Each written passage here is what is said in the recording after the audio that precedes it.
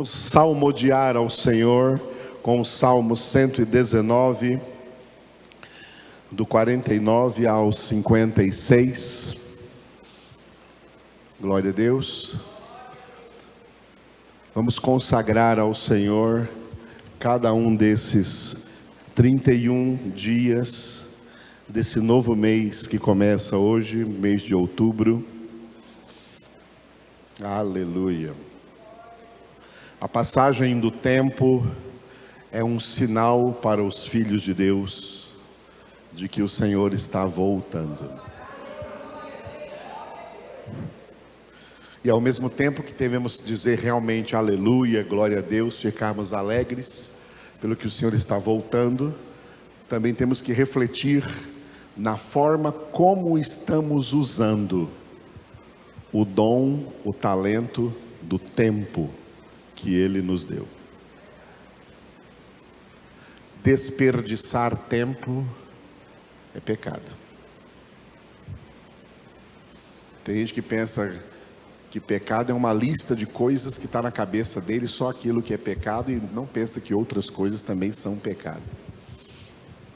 Jogar tempo fora é pecado, porque cada minuto da nossa vida é único, que passa e não volta mais. O que vai contar é o que você faz com esse tempo ou deixa de fazer com esse tempo. Isso conta muito. E tem uma grande tabela de juros altos mais na frente. Por que eu estou passando por isso hoje? Porque lá atrás eu não fiz o que eu deveria ter feito e perdi tempo. E agora hoje eu estou pagando por isso. E às vezes leva o tempo da vida toda para pagar e não acaba. Morre devendo. Por isso Moisés orou. Se o Salmo 90 é de Moisés, como alguns autores indicam, ensina-nos a contar os nossos dias, para que alcancemos coração sábio. Mais do que saber que Jesus está voltando, nós temos que saber se estamos preparados para nos encontrar com Ele. Perseverando em santificação todos os dias. Eu disse todos os dias. Não perdendo tempo com as bobeiras e besteiras que esse mundo te oferece, que não tem nada a ver com a eternidade, que só servem para tentar distrair você do caminho que você deve andar, sem tirar os olhos do autor e consumador da fé, Jesus. Ele está voltando. Se prepare. Oremos juntos então, Salmo 119, do 49 ao 56. Lembra-te da promessa que fizeste ao teu servo, na qual me tens feito esperar. O que me consola na minha angústia é isto, que a tua palavra me vivifica. Os soberbos zombam continuamente de mim, todavia não me afasto da tua lei. Lembro-me dos teus juízos de outrora e me conforto, ó Senhor. De mim se apoderou a indignação por causa dos pecadores que abandonaram a tua lei. Os teus decretos são motivo dos meus cânticos na casa da minha peregrinação. Lembro-me, Senhor, do teu nome durante a noite e observo a tua lei. Tem-se dado assim comigo, porque guardo os teus preceitos. O versículo que nós vamos meditar hoje, do Salmo 119, chama a palavra de Deus de, repita, decretos. Glória a Deus. Decretos, a palavra decretos tem a ver com baixar. Quando decretos são baixados. Significa que eles vêm do alto para baixo. A palavra de Deus, decretos, diz para nós que a palavra de Deus é a única palavra que veio do alto. No mundo tem infinitas bibliotecas, infinitos livros, infinitos escritores, mas são palavras de baixo para baixo. Todas elas, de baixo para baixo. Todas as ciências humanas, palavras de homens para homens. Tudo que existe no mundo, que toca o mundo, o comércio, o dinheiro, as coisas, os trabalhos, as profissões, os afazeres. Há muito que se falar e se fala sobre isso. Artes e não sei o que mais. Tudo isso, palavras de homens. O que existe na história da humanidade, de palavras que não vieram de homens, de palavras que vieram do alto, estão aqui, na Bíblia Sagrada, a palavra de Deus. E essa é a razão pela qual filhos de Deus não se apegam a palavras de homens, mas se apegam à palavra de Deus. São apegados à palavra de Deus. Aleluia. São apegados à palavra de Deus.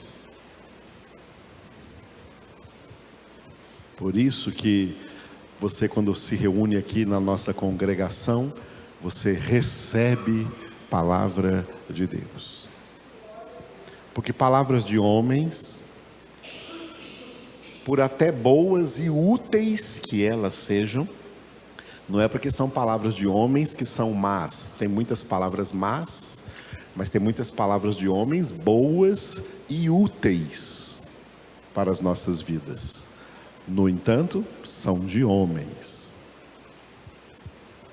Mas quando a palavra é de Deus, o efeito dela transcende a qualquer efeito positivo que palavras de homens possam ter em nossas vidas. Palavras humanas têm efeitos humanos na nossa vida, mas palavras divinas têm efeitos divinos na nossa vida. É o mover e o agir de Deus na nossa vida, é por meio da sua palavra. Aleluia? Glória a Deus. Decretos é isso, palavra baixada, do alto para baixo. As únicas palavras que a humanidade tem, que são palavras de Deus, são estes 66 livros. Não existe nenhum outro. 66 livros. Não há mais nenhum outro. Esse ano completaram 10 anos, que eu fiz 50 anos. Até os 50 anos eu li uma biblioteca de livros. Li muitos livros. Mas quando eu fiz 50 anos eu pensei, Senhor, logo eu estou morrendo. Então daqui a pouco o Senhor vai me levar. Então daqui para o fim da minha vida vou gastar o tempo que o Senhor me der, me aprofundando e lendo e meditando só na Tua Palavra. Tem uma década que eu fiz isso e foi a melhor coisa que eu fiz. Muito bom. Me alimentar só da palavra que vem do alto, da boca de Deus. Não só de pão viverá o homem, mas de toda a palavra que procede da boca de Deus. Glória a Deus. Muito bem, então, decretos tem um dos significados de decretos é isso. A palavra veio do alto. E se ela veio do alto, tem que ser obedecida. Porque assim como essa palavra veio do alto, decretando salvação para quem obedece, ela também vem do alto, decretando justa condenação para quem desobedece. A mesma palavra opera salvação e condenação. Nesse texto aqui, por que a gente divide o Salmo 119 em textos de 8 versículos? 8 em 8 versículos, porque em hebraico, cada um desses 8 versículos, a primeira palavra do versículo começa com uma letra do alfabeto. São 22 letras, então 22 vezes 8, 176. Só em hebraico que você vê isso, a primeira letra. Nós estamos agora num trecho de 49 a 56, que cada versículo, a primeira palavra começa com a letra Z. A letra Z, que no alfabeto hebraico não é lá no fim do alfabeto, a letra Z igual ao nosso, não é lá o Z, quase o último. Não, no alfabeto hebraico a letra Z está bem aí antes do meio ainda do alfabeto, bem no início do alfabeto. E a letra Z é chamada de letra Zayin. Em hebraico não é Z, em hebraico é Zayin. Todos esses versículos do 49 ao 56, a primeira palavra começa com a letra Zayin, com a letra Z. E nós chegamos hoje no versículo 54, que tem esse título, no mínimo curioso, diga, palavra cantada.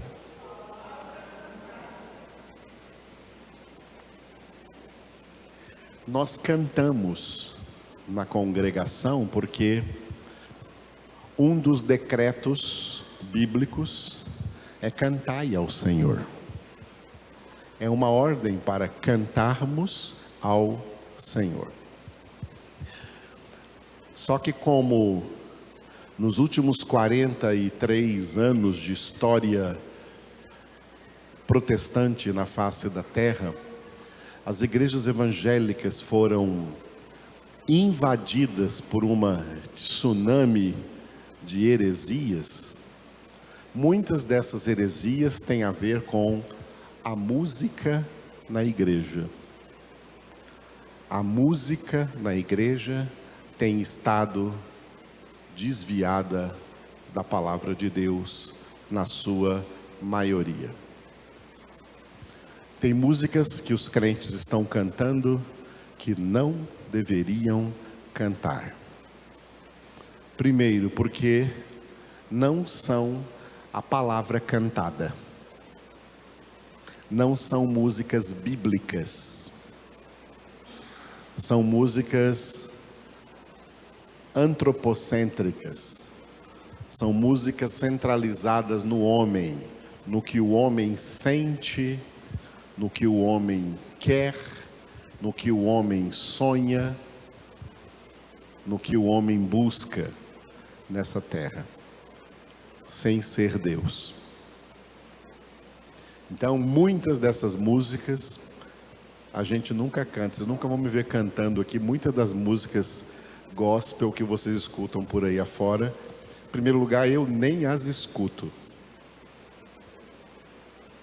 Não ouço, não faz parte da minha playlist. Eu tenho uma playlist que eu escuto, mas a minha playlist é só de palavra cantada, músicas centralizadas na Bíblia, centralizadas na palavra de Deus.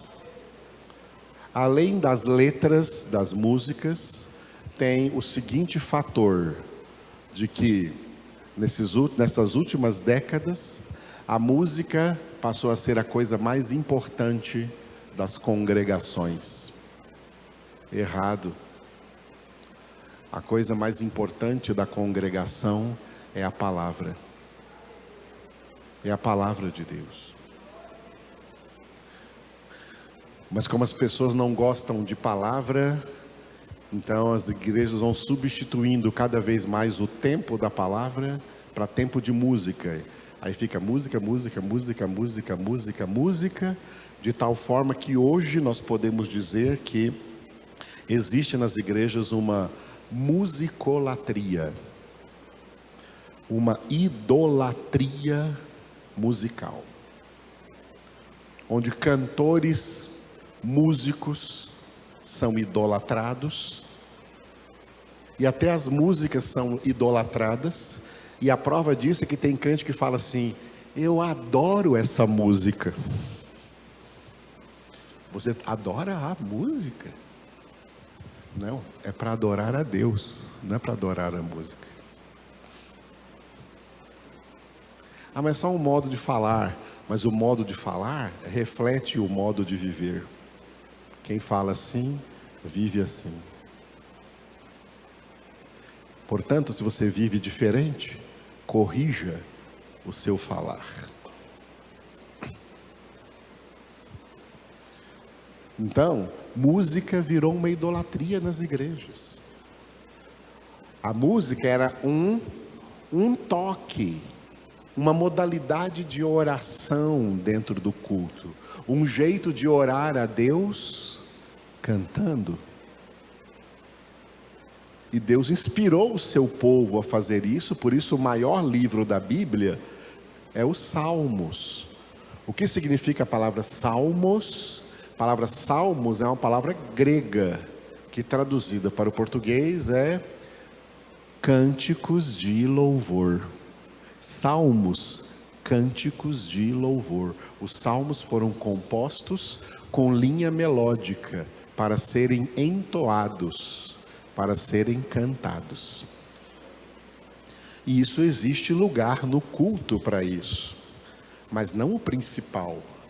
O principal lugar do culto é da palavra de Deus, é do ensino da palavra de Deus, da pregação da palavra de Deus, a transmissão da palavra de Deus. E nessas últimas décadas, as músicas anularam tudo o que significa culto. Não existe mais culto, existem shows. São shows que tentam cada vez mais se equiparar com os mesmos shows do mundo. São shows com um grande aparato de instrumentos, e agora nas últimas décadas, não somente som, mas também luzes, jogo de luz, tudo isso é característica de show. Um palco super montado para shows, palco montado por engenheiros de som, por técnicos de som e grandes vocalistas que cantam com uma voz tremenda, bonita, linda, e pessoas que tocam instrumentos maravilhosamente, e todo mundo lá, boquiaberto, movido pelo emocional, porque música mexe com emoções. Música fala a emoção, a palavra fala o espírito, e é no espírito que precisamos ser alimentados. E a música só fala no espírito quando a letra dela é verdadeiramente espiritual e é palavra cantada. Glória a Deus. Outra coisa, né? Nesse emocionalismo, as bandas gospel famosas que existem hoje em dia, às vezes pega uma frase e fica cantando essa frase meia hora. Coloca uma linha melódica. Isso é uma cultura indiana chamada mantra, uma cultura que tem características de hipnose, de hipnotizar as pessoas. Fica na mesma coisa, na mesma coisa, na mesma coisa, rodando em cima daquilo, tempo. Isso é manipulação emocional, e Deus não quer que ninguém seja manipulado. O Espírito de Deus não nos manipula. O Espírito de Deus nos guia a toda a verdade, a toda a palavra. Então tem muita coisa que nós temos que entender sobre essa questão de música no culto, para que a música no culto não se transforme em fogo estranho. Não é fogo por Deus, é um fogo por catarsis emocional, liberação emocional e achar que está tudo bem, por causa que está sentindo bem. No mundo também é igual. As músicas no mundo também funcionam dessa maneira. Uma liberação emocional, só isso. Mas não tem nada de Deus, pelo contrário. Então vamos entender um pouco nesse salmo de hoje, palavra cantada, e o versículo na nossa língua em português aí está escrito assim: o salmista orou a Deus dizendo: os teus decretos são motivo dos meus cânticos na casa da minha peregrinação. Repita.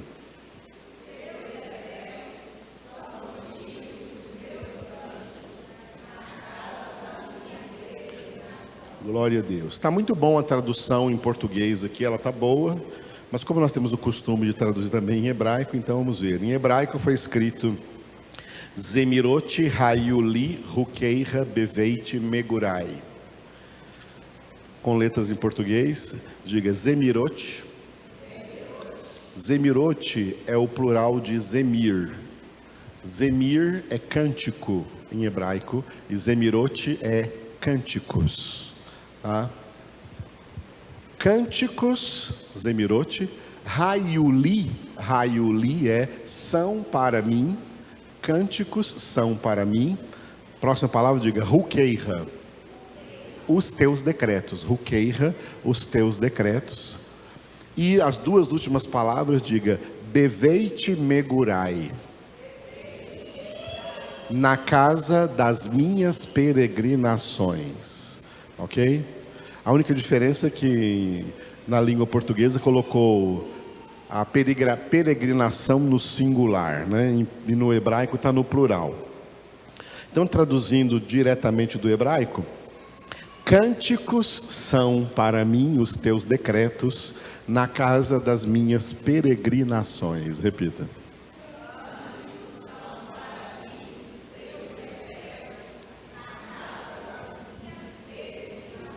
Glória a Deus. Vamos entender algumas partes deste versículo numa ordem espiritualmente lógica. Nessa ordem espiritualmente lógica, vamos começar pela casa. Cânticos são para mim os teus decretos na casa das minhas peregrinações. Que casa é essa? A casa é o corpo. A casa das minhas peregrinações é o corpo. O corpo é a casa onde mora a alma, onde mora o espírito e aonde moram três pessoas maravilhosas: o Pai, Jesus e o Espírito Santo. Somos a casa de Deus. Deus não habita em casas feitas por mãos humanas. Ele habita em casas feitas pelas mãos dele. E Jesus confirma isso em João 14, 23, quando ele disse: se alguém me ama, guardará a minha palavra, e meu Pai o amará, e nós viremos para ele e faremos nele a nossa morada, nossa casa, nossa residência, nosso endereço. Nós somos o endereço de Deus. Pode evangelizar as pessoas, dizer para elas assim: eu sei onde Deus mora. Onde que ele mora? Aqui. Eu sou o endereço de Deus. Paulo disse isso: já não sou eu quem vivo, é Cristo que vive em mim. O verbo viver, em muitas línguas, como no inglês, também é o verbo morar. É o mesmo verbo, to live. Viver é morar. Deus mora aqui. O corpo então é muito importante nesse sentido, porque, repita depois de mim, o corpo manifesta visível e sonoramente as realidades interiores.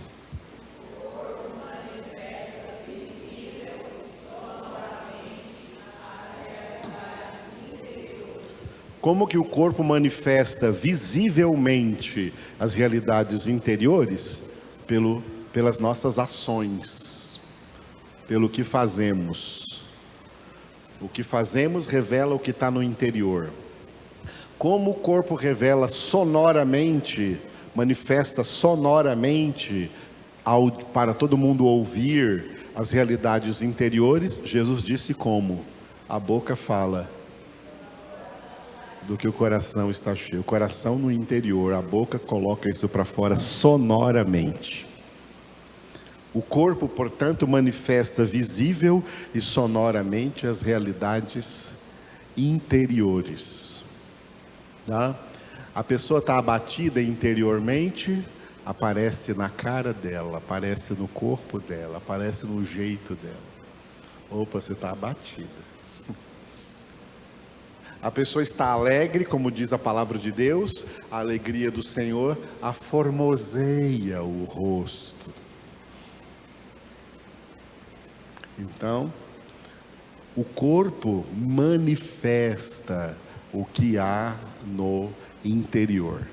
Não adianta tentar esconder o que há no interior, porque naturalmente isso será manifesto nas suas atitudes, nos seus gestos, no seu jeito, no seu falar e assim por diante. No seu sonoramente, no seu cantar ou na sua playlist que você gosta de ouvir. Você escuta um pedacinho de uma música que uma pessoa gosta de ouvir, já sabe o que tem dentro do interior dessa pessoa. É isso aí, que está dentro dela. Ontem eu estava fazendo a minha caminhada de manhã ali no Parque Jundiaí. Tinha lá um movimento lá de umas academias que, pegando alimentos, né, recolhendo alimentos não perecíveis para fazer ali 1 hora de exercício físico, levar os aparelhos e tudo mais, né? Eu nunca gostei de academia por causa das músicas que tem lá. Você tem que fazer exercício ao som daquelas músicas diabólicas. E todas as voltas que eu dei, na hora que eu passei perto deles, a música bem alta que estava tocando era só música promíscua. Só música promíscua. Música com letras relatando exatamente relações sexuais promíscuas. E todo mundo fazendo exercício ao som dessa porcaria. Isso contamina. Poluição não é só poluição do ar, assim, de cheiro, de óxido de carbono. Poluição também é poluição sonora. Os ouvidos também captam poluição. A poluição desse mundo sujo de Satanás, onde Satanás domina. Então, é para cuidar do corpo? Mas não por causa de vaidade sensualista, mas porque é a casa de Deus. É morada do Altíssimo. 2 capítulos importantes, 1 Coríntios, capítulo 3 e capítulo 6. Nos 2 capítulos, Paulo traz a ideia: não sabeis que o vosso corpo é santuário do Espírito Santo de Deus, que habita em vós? E por isso não pertenceis a vós mesmos. Não vem com essa história de que o corpo é meu, eu faço dele o que eu quiser, porque isso é mentira de Satanás. O corpo foi criado para ser um santuário, a casa, o templo do Espírito Santo de Deus. E o corpo é a casa das nossas peregrinações, porque aonde você vai presencialmente, aonde você vai fisicamente, o seu corpo é que vai levando o seu interior, o seu corpo é que vai conduzindo a sua alma, conduzindo o seu espírito e levando Deus junto com você, aonde você vai. Isso é muito sério, não é isso? Então o corpo é, diga, a casa das minhas peregrinações. Diga mais bonito assim: o meu corpo é a casa das minhas peregrinações. As minhas peregrinações são as minhas caminhadas pela vida. E uma palavra sobre peregrinações: A palavra de Deus declara que nós, filhos de Deus, nessa terra, somos três coisas, entre outras, três coisas que têm a ver com peregrinações. Nós somos estrangeiros, peregrinos e embaixadores. Estrangeiros, porque quem é de Deus não é mais do mundo, é estranho no mundo, é estrangeiro no mundo, é alienígena no mundo. Peregrinos, porque nós estamos no mundo de passagem. A palavra Páscoa, do hebraico Pessá, significa passagem. A Páscoa, instituída lá para os hebreus, foi quando eles passaram. Deus abriu uma passagem para eles no meio do mar. E essa passagem, esse caminho aberto no meio do mar, representa Jesus. Eu sou o caminho. O caminho através das muitas águas. O mar representa o mundo, e Deus em Cristo traçou para nós um caminho reto, para nós peregrinarmos por este caminho, sem nos desviar dele nem para a direita e nem para a esquerda. A esquerda tem 1000 caindo e a direita tem 10.000 caindo. Tu não serás atingido se ficar no caminho. E percorrer esse caminho olhando firmemente para Jesus, autor e consumador da fé. Essa é a nossa peregrinação. E enquanto peregrinamos por esse mundo, nós somos embaixadores. 2 Coríntios 5, 20 e 21, embaixadores. O embaixador vive numa terra estrangeira, representando a sua terra de origem. A nossa terra de origem, a nossa nação não é mais o Brasil, a nossa nação é o céu. A nossa nação é a Nova Jerusalém. A nossa bandeira não é mais verde, amarela, azul e branca, a nossa bandeira é o Senhor. Na sua Bíblia diz isso, que a nossa bandeira é o Senhor? Ou na sua Bíblia diz que a nossa bandeira é verde, amarela, azul e branca? A nossa bandeira é o Senhor é a nossa bandeira. Jeová Nissi, o Senhor é a nossa bandeira. Filipenses 3, não temos aqui pátria, mas buscamos a que há de vir. Aleluia. É essa pátria. Nossa pátria é a casa do Pai, onde Jesus foi preparar para nós um lugar e voltará para nos levar para lá. A Nova Jerusalém. Aqui no mundo somos estrangeiros, peregrinos e embaixadores. E o que nós fazemos no mundo é anunciar para esse mundo a mensagem da reconciliação. Reconciliai-vos com Deus. Quem ouvir e for convertido, entra no mesmo caminho e segue com a gente para a casa do Pai. Quem não ouvir, não ouviu a Deus, é condenado, continua no mundo e continua na condenação. Enquanto passamos por esse mundo, nós temos uma peregrinação muito importante, que é a, repita comigo, peregrinação familiar. A sua casa familiar no mundo, que Josué disse, eu e minha casa serviremos o Senhor. Que Paulo disse ao carcereiro de Filipos em Atos 16, crê no Senhor Jesus e serás salvo tu e tua casa. A caminhada familiar, que envolve em primeiro lugar a caminhada conjugal, a caminhada do casal, que são os chefes dessa casa, que são os maiores expoentes de uma casa, é o casal, é o cônjuge que mora nessa casa, ok? A caminhada conjugal, a caminhada com os filhos, a educação desses filhos, a evangelização desses filhos, o desenvolvimento do crescimento desses filhos em todos os sentidos, especialmente no Senhor. Ensina o teu filho a palavra enquanto ele ainda for criança, para que até quando ele for velho, ele não se desvie jamais do caminho, não se desvie jamais do Senhor. Nós temos uma peregrinação familiar,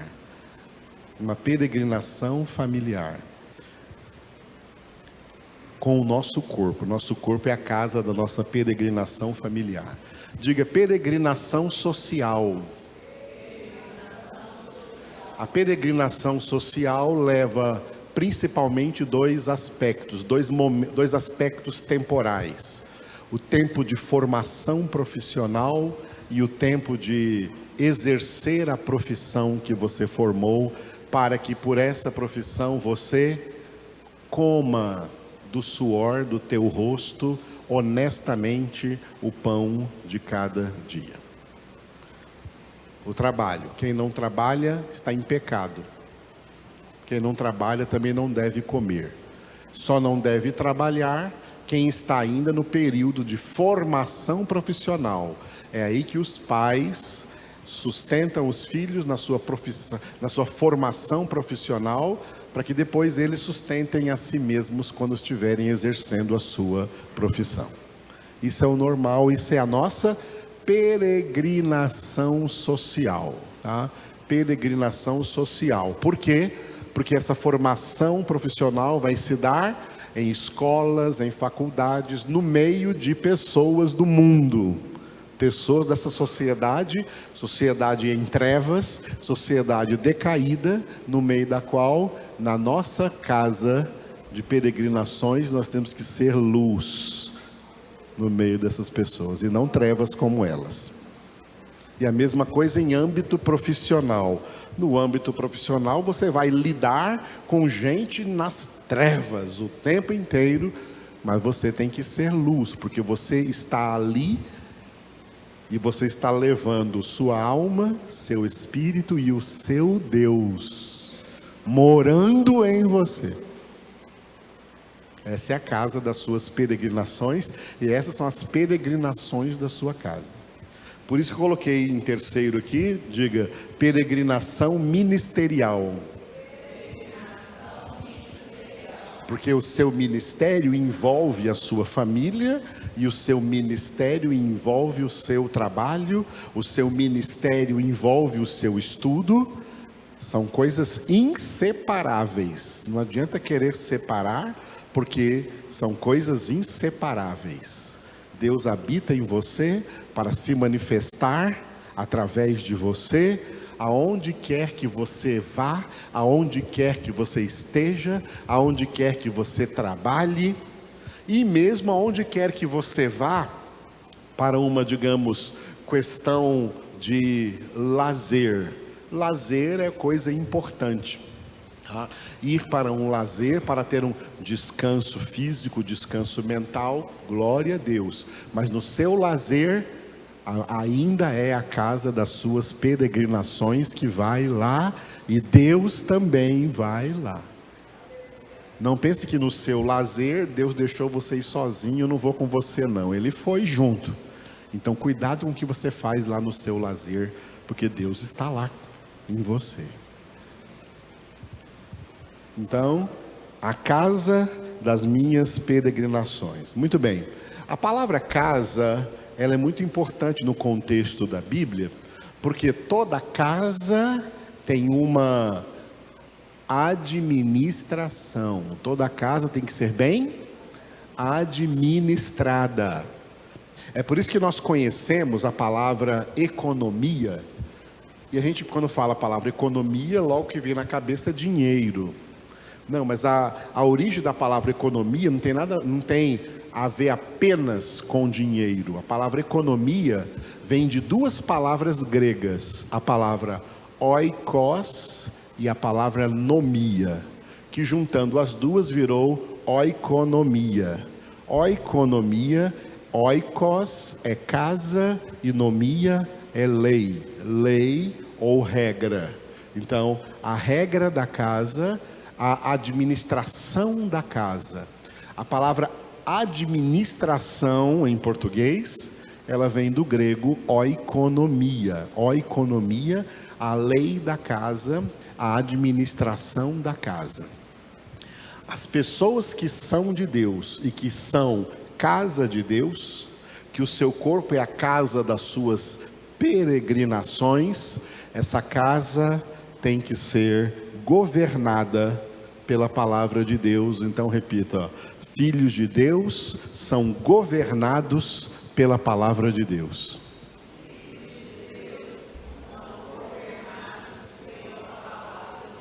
Aleluia. Porque a palavra de Deus é feita de decretos, porque esses decretos é que governam essa casa. A casa que é você. Quem deve mandar aí é a palavra de Deus. Quando Jesus disse assim, nem todo que me diz Senhor, Senhor, entrará no reino dos céus.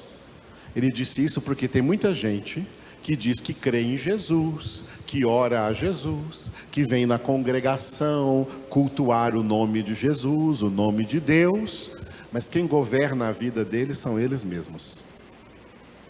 Não é a palavra de Deus. Se não é a palavra de Deus que governa a vida da pessoa, também não é Jesus, porque Jesus é a palavra de Deus.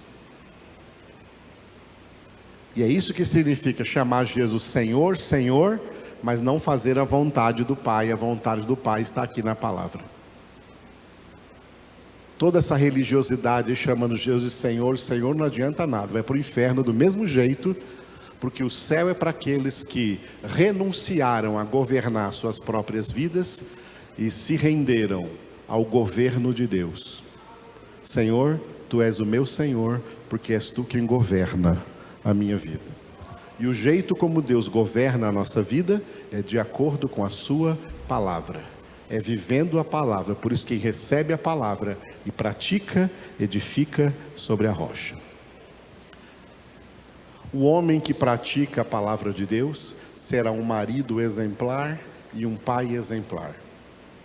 A mulher que pratica a palavra de Deus será uma mulher exemplar e uma mãe exemplar. E um casal que pratica a palavra de Deus, os seus filhos também praticarão a palavra de Deus, e será uma família exemplar, e o homem dessa casa poderá dizer, ou qualquer um dessa casa poderá dizer, eu e minha casa servimos o Senhor. Sabe quando tem problemas no seu casamento, problemas na sua família? Porque tem alguém aí nessa casa que não está sendo levado, não está obedecendo a palavra. Está desgovernado. Quem sai do governo fica desgovernado. Aí tem casamentos desgovernados, filhos desgovernados, casas desgovernadas. A casa bem governada é a casa governada pela palavra de Deus. Quem tem ouvidos para ouvir, ouça. Glória a Deus. E nós temos uma ideia religiosa na nossa cabeça. Religião é uma coisa, é uma praga. Nós temos uma ideia religiosa na nossa cabeça que é assim, né? Imaginar um templo bonito e você passando lá fora, né? E lá dentro um monte de gente cantando um bonito louvor. Como isso é legal, né? Como isso é bacana, né? Cantando um bonito louvor. Eu tive essa experiência quando eu não era convertido. Quando eu não era convertido, eu estava voltando de um réveillon na praia. Voltando de um réveillon na praia, indo para minha casa, bêbado que trocava os pés. Bêbado. Voltando de um réveillon. Bebi de tudo. Champanhe, uísque, cerveja, sei lá o que, pinga, caipirinha, sei lá o que mais. E voltei trançando os pés para casa, mal consegui chegar em casa, mas aí eu tive um momento de sobriedade, quando eu passei na frente de uma grande igreja que tinha lá na rua da minha casa, tinha uma igreja grande lá, de uma Assembleia de Deus na época, e aí eles também passaram o réveillon deles numa vigília, louvando a Deus, né? E aí Deus me deu um momento de sobriedade, e não me deixou dar mais nenhum passo. Eu fiquei parado ali, não sei por quantos minutos, na frente da porta. Eu estava na rua e a igreja lá, e o povo lá, cantando um maravilhoso hino de louvor a Deus. E o meu coração se aqueceu, eu não entendi porquê. E eu ouvi uma voz falando comigo, audivelmente: um dia você estará lá dentro. Eu olhei assim, mas quem está falando? Estou bêbado mesmo, deixa eu ir embora para casa. E continuei indo embora para casa. Até que veio a minha conversão algum tempo depois. A gente acha bonito isso porque, né, glória a Deus. Agora, Deus não habita naquele templo. O templo é você. E é por isso que é dos seus lábios que Deus quer ver saindo o cântico de louvor. Tá? Cânticos espirituais refletem a realidade interior governada pela palavra de Deus. Repita.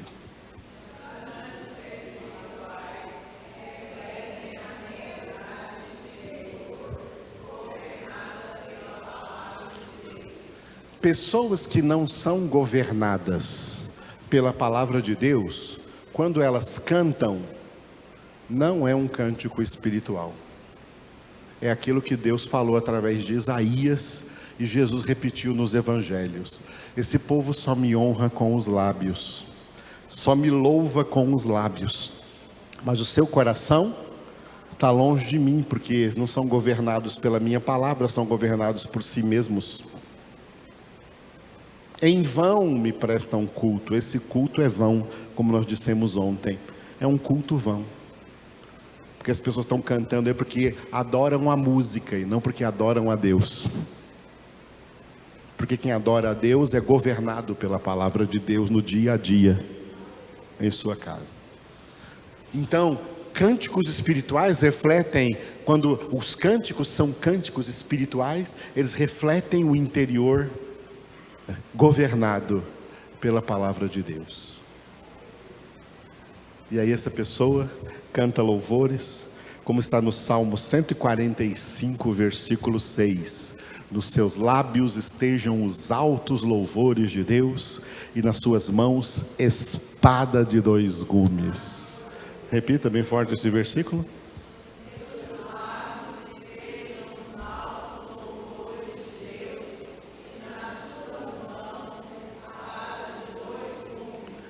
E só uma frase de Tiago 5,13b.